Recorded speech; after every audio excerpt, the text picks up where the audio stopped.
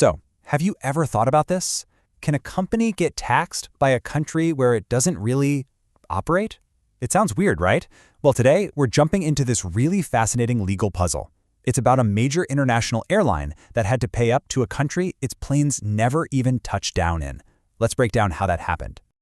All right, to really get this, we're going to break it down just like a lawyer would, using that classic case digest format. We'll kick things off with the pretty weird facts of the case, then we'll zero in on the core legal question, and after that, we'll unpack the Supreme Court's big decision and what it all meant in the long run. Okay, first things first. Let's set the scene for this pretty unusual dispute. In any case digest, you always start with the facts. So let's get into them. So at the heart of this whole thing is a company called British Overseas Airways Corporation. You probably know it as BOAC. And here's the crazy part.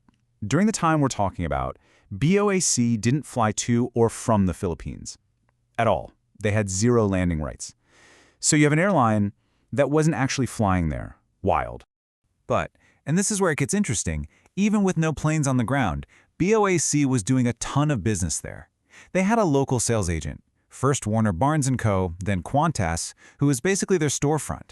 This agent sold BOAC tickets, collected the money in Philippine pesos. I mean, from a business standpoint, they were absolutely there. Well, you can probably guess what happened next. All that money changing hands did not go unnoticed. The Commissioner of Internal Revenue saw this income and sent BOAC a deficiency income tax assessment. That's basically the government saying, hey, you owe us money. And just like that, the fight was on. Which brings us to the core issue of the case. So the whole thing, the entire legal battle, boiled down to this one critical question. If you sell a plane ticket in the Philippines for a flight that happens completely outside the Philippines, where did that money come from for tax purposes? Is the source of the income where you sold the ticket, or is it where the plane actually flies? That's the big question. And this is exactly where the two sides went head-to-head. BOAC's logic was pretty straightforward. Hey, the income's from the flight, the transportation service, and since that service happens completely outside the Philippines, you can't tax it. Makes sense, right?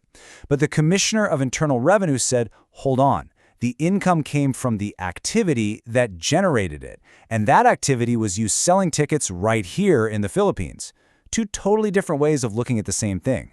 So, after this case made its way up the legal ladder, it finally landed at the Supreme Court.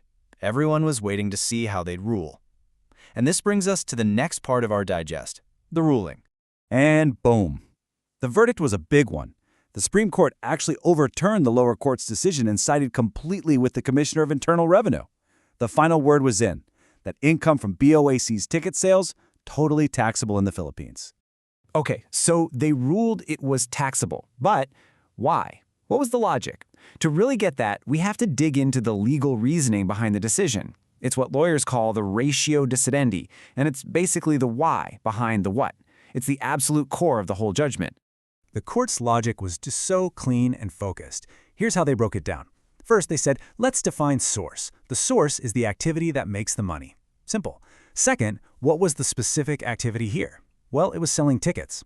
Third, where did that selling happen? It physically took place in the Philippines. That's where the money and the tickets were exchanged. So fourth, the conclusion is unavoidable. The source of the income was the Philippines. See?